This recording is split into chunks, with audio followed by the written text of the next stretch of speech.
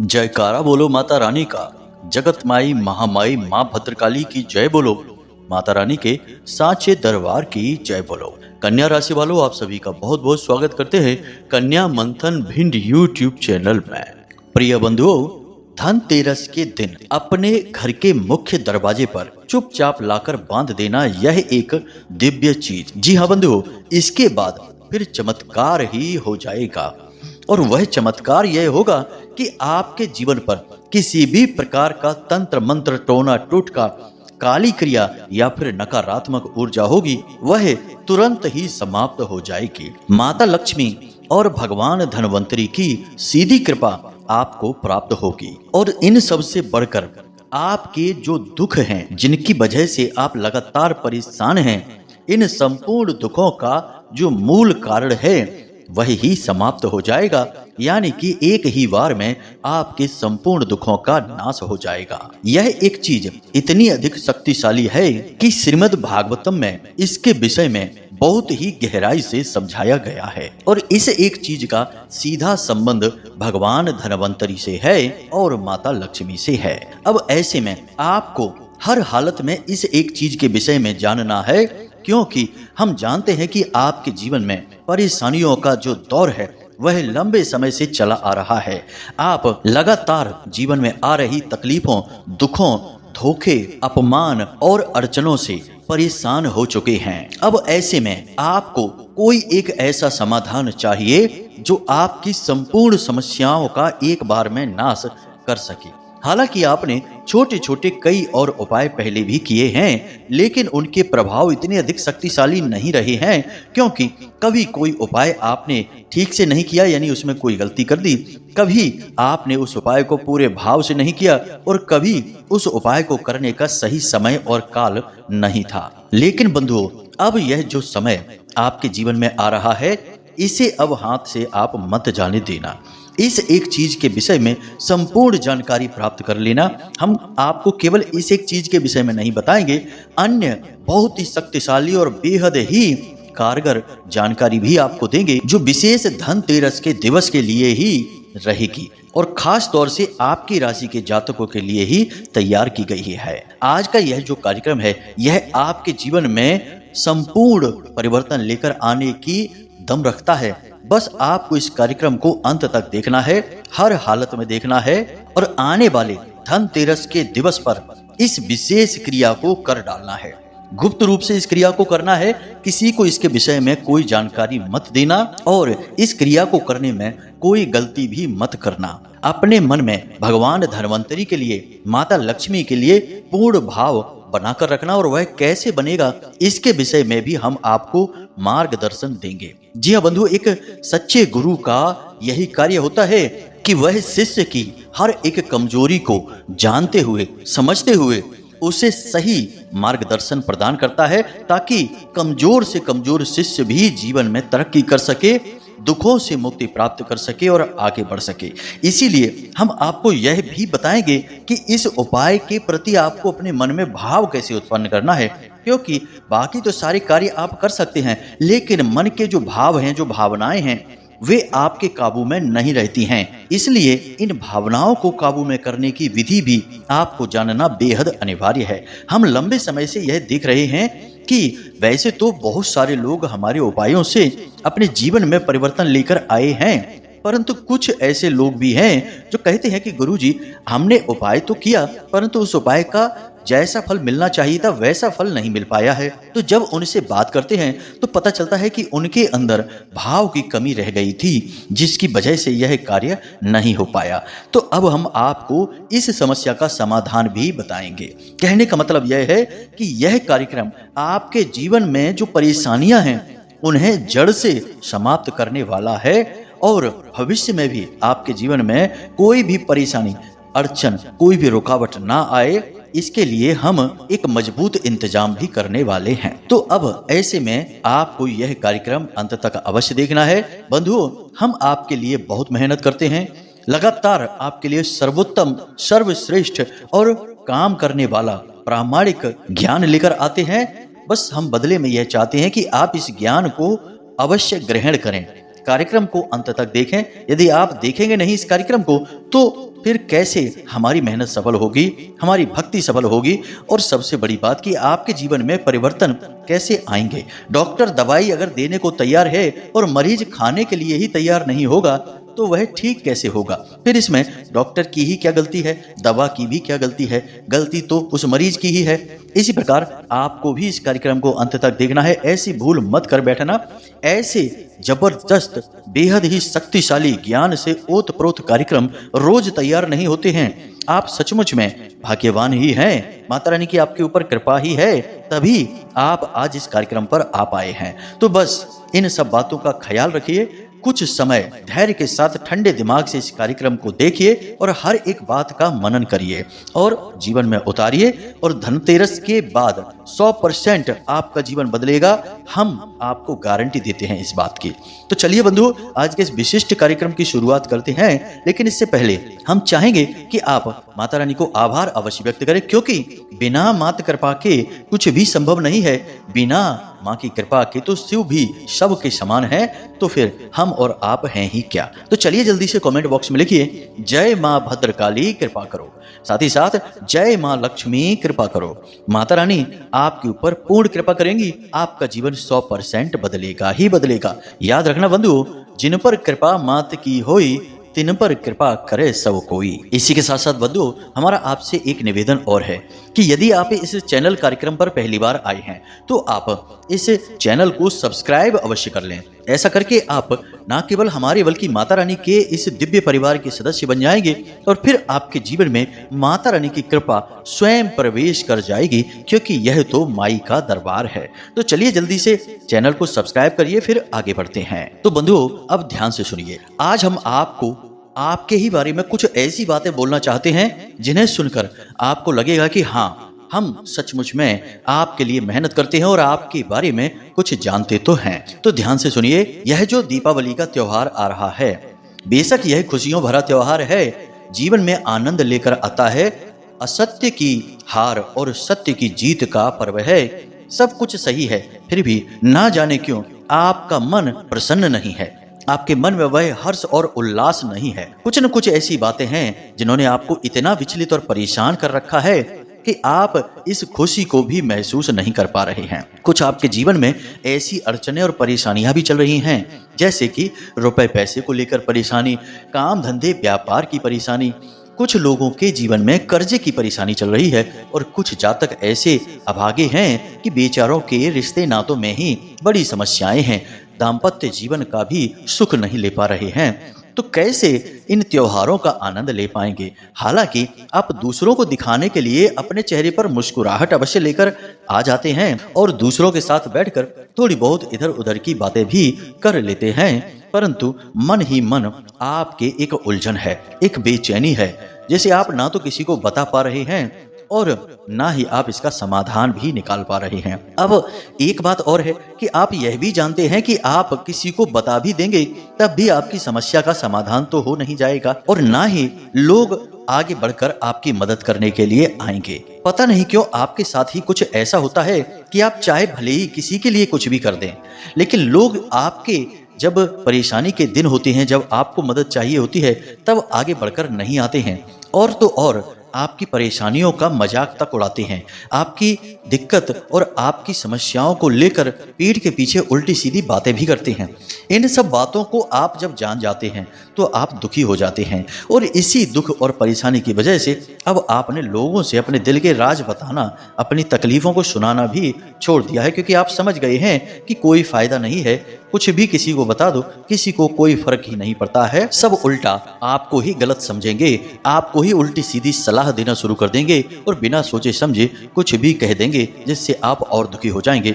इसलिए आपने अपने दिल पर एक मजबूत पर्दा लगा रखा है, जिसे आप अब किसी को नहीं दिखाते हैं। अंदर से दुखी हैं, लेकिन बाहर से चेहरे पर मुस्कुराहट दिखाते हैं, दुख का एहसास भी नहीं होने देते हैं। ये सारी बातें हम आपको इसलिए बता रहे हैं ताकि आपको एहसास हो कि हम सचमुच में आपके लिए मेहनत कर रहे हैं, और ये जो बातें हैं ये आपके जीवन की, व्यक्तिगत जीवन की बातें हैं। अब एक और बात यहाँ पर हम आपको बताएं बंधुओं कि आपके मन में निराशा बहुत गहराई से बैठ चुकी है। आपका मन अब उदास रहने लगा है। लगातार मिल रही असफलताओं से, अड़चने और परेशानियों से और अपनों के ही द्वारा किए जाने वाले अपमान, धोखे और तिरस्कार से आप त्रस्त हो चुके हैं। इसलिए अब आपका किसी भी चीज में मन नहीं लगता है। कोई आपको मदद करने की भी कोशिश करे तब भी आपको उसमें रुचि नहीं रहती है। आपको लगता है कि इस सब से भी कुछ नहीं होगा। लेकिन यह बात ठीक नहीं है। ईश्वर किसी भी इंसान के जीवन में कष्ट तो देते हैं, लेकिन वे यह नहीं चाहते कि वह इंसान निराशावादी हो जाए। अगर आप निराशावादी हो जाएंगे तो आपने ईश्वर के अस्तित्व को ही नकार दिया, सच्चाई और अच्छाई को ही नकार दिया, जो कि आपके लिए ठीक नहीं है। यह जीवन का अपमान है, माँ प्रकृति का अपमान है और स्वयं भगवान का भी अपमान है, सृष्टिकर्ता का अपमान है। तो ऐसे में आपको सकारात्मक रहना होगा। जब जीवन में दुख बढ़े तो जिसमें भी आपकी आस्था है, विश्वास है, बस मजबूती से उन्हें पकड़ लो। इतनी भक्ति, इतना नाम स्मरण और इतनी भावनाएं उनसे जोड़ लो कि उनसे कहो कि अब आप ही देखो, जो करना है आपको करना है। अच्छा देना है तो ठीक है, बुरा देना है तो वह भी आपका ही है। मतलब कहने का यह है कि जब जीवन में वक्त बुरा होता है तो वह वक्त होता है भगवान को याद करने का, उनकी भक्ति में डूब जाने का, चले जाने का। और यकीन मानिए बंधु कि जब आप भगवान से भावनात्मक तौर पर जुड़ेंगे तो भगवान भी आपको हर एक मुसीबत से बाहर निकालेंगे। यही है जीवन का सार और वेद, पुराण, रामायण और गीता का सार। अब ये सारी बातें हम आपको केवल इसलिए बता रहे हैं ताकि आप मानसिक तौर पर सकारात्मक विचारों के लिए तैयार हो जाएं और एक नई उम्मीद की किरण आपके मन में जागे। याद रखना कि घना अंधेरा चाहे कितना ही क्यों ना हो, उम्मीद की एक किरण हमेशा बाकी रहती ही है। आपको बस वही उम्मीद की किरण ढूंढनी है। अब आपको हम बताते हैं धनतेरस के दिन इस विशेष क्रिया को करने के विषय में। सबसे पहले आपको अपने मन में भाव उत्पन्न करना है। चाहे कोई भी क्रिया आप किसी भी दिन करें, उसके लिए आपको मानसिक तौर पर सुबह से ही तैयार होना होगा। तो आपको क्या करना है, सुबह से ही, धनतेरस का जो दिन है उसी दिन सुबह से आपको क्या करना होगा, जरा ध्यान से समझिए। जब आप सुबह सोकर जागें तो अपनी दोनों हथेलियों को आगे रखकर कराग्रे मंत्र का जाप अवश्य करें। उसके बाद अपने पितृ देवता, अपने कुल देवता और सूर्य देवता को धन्यवाद अवश्य दें। उसके बाद आप भगवान धनवंतरी और माता लक्ष्मी का आवाहन करें। मन ही मन उनके बारे में विचार करें और भगवान से यह कहें कि हे भगवान, आज का यह जो दिन आपने हमारे जीवन में दिया है, इसके लिए हम आपका हृदय से धन्यवाद देते हैं। अब बस हम यह चाहते हैं कि आप हमारे संपूर्ण कष्टों को हर लें। हम आपके ऊपर आश्रित हैं, आपके भरोसे हैं, आपके लिए ही सब कुछ कर रहे हैं। और आज का यह जो दिन रहेगा, यह पूरा दिन हम आपको समर्पित करते हैं और इस दिन को हम आपकी पूजा मानकर जो भी क्रियाएं करेंगे वे सब आपको समर्पित करेंगे। और आप जो भी कुछ हमें इसका परिणाम देंगे उसे हम आपका प्रसाद मानकर ग्रहण कर लेंगे। कहने का मतलब यह है कि आप स्वयं को समर्पित कर रहे हैं भगवान के सामने। लोग प्रसाद समर्पित करते हैं, नैवेद्य देते हैं, धूप दीप देते हैं, आप स्वयं को दे रहे हैं, बिल्कुल भक्त प्रहलाद की तरह या फिर भक्त ध्रुव की तरह। और इसके बाद आप मन ही मन भगवान का स्मरण करेंगे। अब इससे कोई फर्क नहीं पड़ता है कि आप किस भगवान का स्मरण करते हैं, अंततो गत्वा सारी की सारी शक्तियां एक ही हैं। तो आप जिस भी भगवान में अपना भाव रखते हैं, हनुमान जी में भाव रखते हैं, तो बस दिन भर उनका मनन करते रहेंगे। हनुमान जी का स्मरण, उनका ही कीर्ति गायन, उनके ही नाम स्मरण को दिन भर अपनाए रखेंगे। भोले बाबा का है तो उनका, माता रानी का है तो उनका। मतलब कहने का यह है कि भक्तिमय दिन आपका गुजरेगा। आप कार्य कुछ भी करते रहिए, मन में भगवान से एक लौ बनाकर रखेंगे और माता लक्ष्मी से प्रार्थना करेंगे कि आपको उनकी कृपा की बहुत आवश्यकता है। आप हमारे जीवन में आइए, हम आपके स्वागत के लिए तैयार खड़े हैं। अब यहाँ पर आप माता लक्ष्मी से मतलब धन संपत्ति से ही मत समझ लेना, केवल रुपए पैसे से ही माता लक्ष्मी को जोड़ना असल में माता लक्ष्मी का अपमान है। माता लक्ष्मी का मतलब होता है संपूर्ण समृद्धि, संपूर्ण चहुमुखी विकास। जब आपके पास धन है और आपके पास मन में संतुष्टि है, जीवन में आनंद है, हर ओर खुशियां हैं, तब उसे माता लक्ष्मी का आगमन कहा जाता है। खाली धन अपने जीवन में लेकर आ जाने से माता लक्ष्मी नहीं आती हैं। वह तो किसी भी तरीके से आ सकता है धन, लेकिन वह माता लक्ष्मी का सच्चा स्वरूप नहीं है, कभी भी जा भी सकता है। और जब तक वह धन आपके पास रहेगा, यानी कि गलत कार्यों से लाया गया धन आपके पास रहेगा, वह आपको परेशान करता ही रहेगा। इसलिए माता लक्ष्मी की संपूर्ण कृपा यानी संपूर्ण स्वरूप ही यही है कि आनंदमय जीवन, हर प्रकार से सुख और धन संपत्ति भी, तब माता लक्ष्मी का आगमन पूर्ण रूप से माना जाता है। तो आपको इसी प्रकार माता लक्ष्मी के आगमन का इंतजार करना है, स्वागत करना है। इन भावों को अपने मन में बनाकर रखेंगे तो आपके मन में धीरे धीरे उम्मीद की किरण जागेगी और आपका मन ईश्वर में लीन होने लगेगा, भाव उत्पन्न होने लगेंगे। अब एक कार्य और कर सकते हैं कि आप अपने मोबाइल फोन में इस दिन समुद्र मंथन की कथा, जी हाँ बंधुओं, श्रीमद् भागवतम में भी है, शिव पुराण में भी है और बहुत सारे पुराणों में इस कथा के विषय में बताया गया है। तो आप इसका श्रीमद् भागवतम पुराण वाला स्वरूप मोबाइल फोन में जरूर देखें और इस कथा के बारे में मन में विचार करें। जब 14 रत्न बाहर निकलते हैं, स्वयं भगवान धन्वंतरी अमृत कलश लेकर बाहर निकलते हैं और माता लक्ष्मी का आगमन होता है, कैसे कैसे यह पूरा का पूरा व्याख्यान चलता है, कैसे कैसे ये दृश्य होते हैं, इसे आप अपने फोन में जरूर 1-2 बार देखें दिन में। इसी दिन, जी हाँ बंधुओं, धनतेरस के दिन हम गारंटी देते हैं कि आपके मन में भाव इतने गहरे हो जाएंगे कि अब आप जो क्रिया करेंगे, जिसे हम आपको बताने जा रहे हैं, तो आपको 100% लाभ प्राप्त होंगे। ये सारी बातें हम आपको केवल इसलिए बता रहे हैं ताकि आप ना केवल शारीरिक तौर पर बल्कि मानसिक तौर पर भी इस क्रिया में शामिल हो सकें। जी हाँ बंधुओं, लोग अक्सर यही करते हैं कि बस ऊपर ऊपर से उन्होंने कोई क्रिया कर तो दी, लेकिन मन कहीं और ही व्यस्त है, चित्त किसी और कार्य में ही डूबा हुआ है। बस फॉर्मेलिटी के लिए उपाय कर डाला और सोचते हैं कि काम ही नहीं किया उपाय ने, पता नहीं कैसा उपाय था। बंधुओं, सब उपाय कार्य करते हैं क्योंकि ये बने ही आपके उद्धार के लिए हैं, बशर्ते कि इनकी संपूर्ण क्रिया पद्धति को माना जाए। और उपाय और क्रियाओं की जो प्रथम पद्धति है वह यही है कि इनके प्रति मन में भाव होना चाहिए। तो हमने भाव निर्माण के लिए आपको संपूर्ण पद्धति समझा दी है। आप इस पद्धति के बारे में मन में विचार करें, मनन करें, उसके बाद इस क्रिया को करना शुरू करें। आप चाहें तो आज आप इस कार्यक्रम को सुन रहे हैं, कल से ही इस पद्धति को अपनाना शुरू कर दें। रोज सुबह जागें और ऐसा ही विचार करें। दिन में 1-2 बार समुद्र मंथन की कथा को अवश्य देखें। श्रीमद् भागवतम वाली समुद्र मंथन की कथा, यह आपको बहुत ज्यादा उत्साह से भी भर देगी और बहुत कुछ नया सिखाएगी भी। बस आपको पूरे गहरे भाव के साथ इस कथा को देखना सुनना है। तो यहाँ तक सारी तैयारी आपकी हो चुकी है मानसिक तौर पर। अब बात करते हैं क्रियाओं की और उपायों की।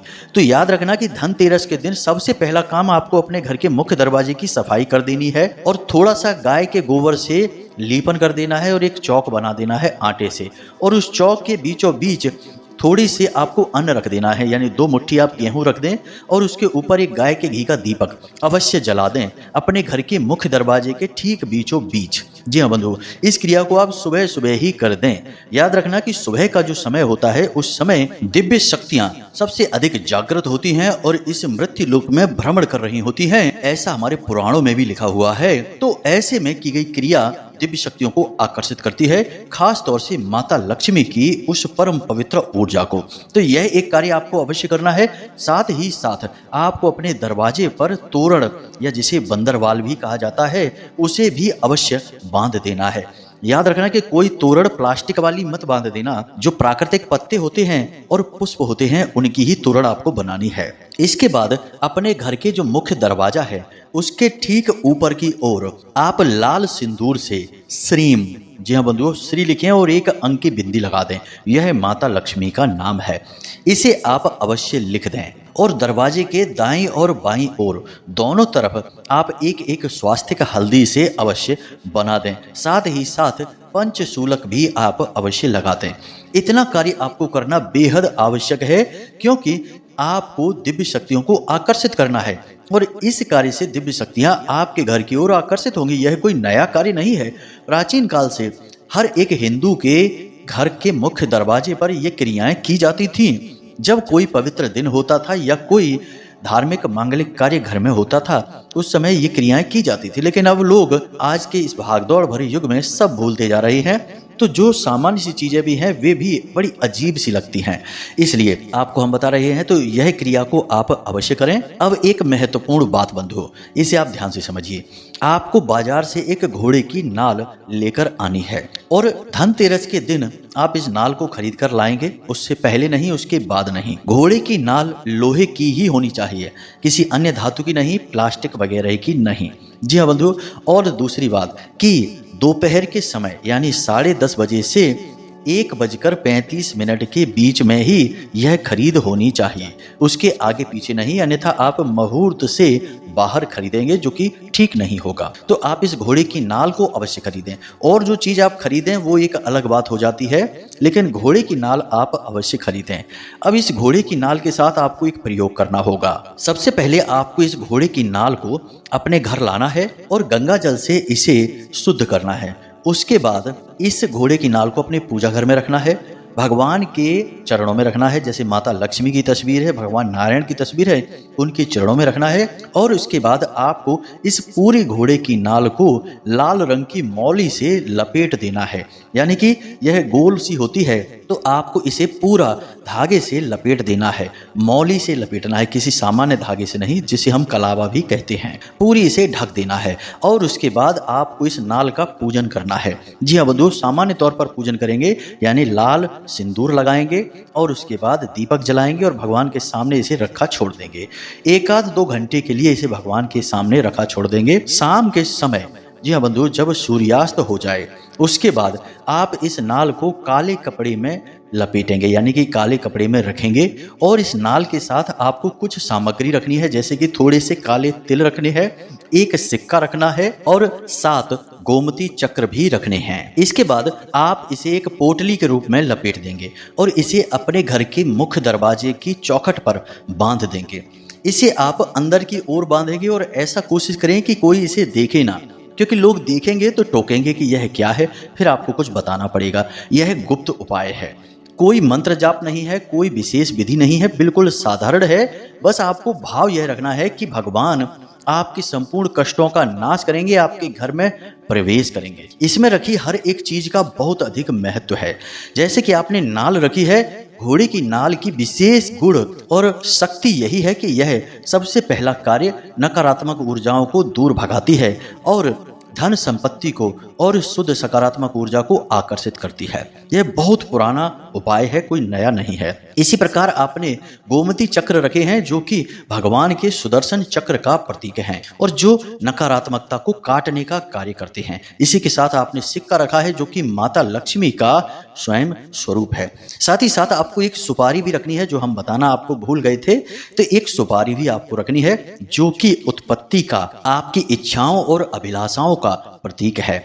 तो आपको ये संपूर्ण चीजें एक पोटली बनाकर अपने घर की चौखट पर बांध देना है, बस। और कुछ भी खास नहीं है, बस इतने से ही आपका काम हो जाएगा। बाकी आप भगवान धन्वंतरी की 2 तस्वीरें लेकर भी आएं इसी दिन, इसी मुहूर्त में।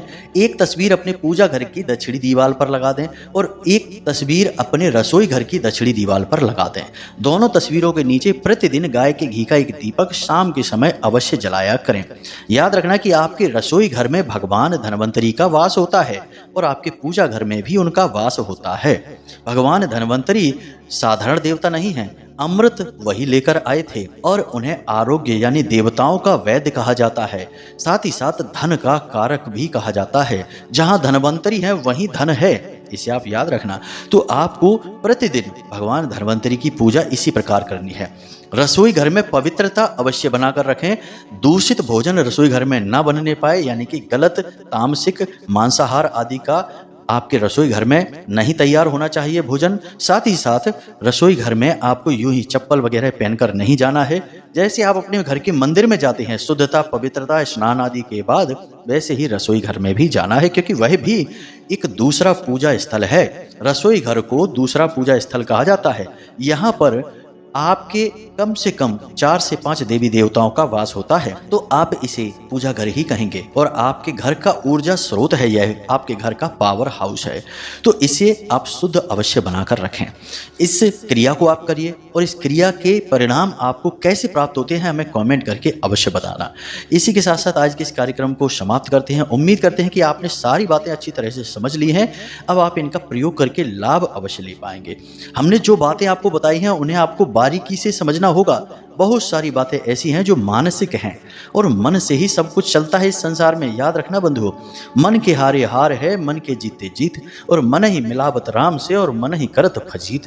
तो आपको यानी अपनी सफलता यानी राम से मिलना है तो मन से ही आपको संकल्पित होकर चलना होगा, अन्यथा जीवन में फजीत तो होती ही है। तो इसी के साथ साथ कार्यक्रम को समाप्त करते हैं। कोई प्रश्न यदि आपका मन में उठे तो आप कमेंट करके पूछ लें या फिर व्हाट्सएप नंबर पर मैसेज करके पूछ सकते हैं। हमेशा हंसते रहिए, मुस्कुराते रहिए, सकारात्मक रहिए और दिन में एक बार मंदिर अवश्य हो आइए, क्योंकि आपका उद्धार तो वहीं से होगा। मिलते हैं अगले ज्ञानवर्धक कार्यक्रम में, तब तक के लिए धन्यवाद। प्रेम से बोलिए जय माई की जय, मां भद्रकाली। माता रानी आपका कल्याण करें। धन्यवाद।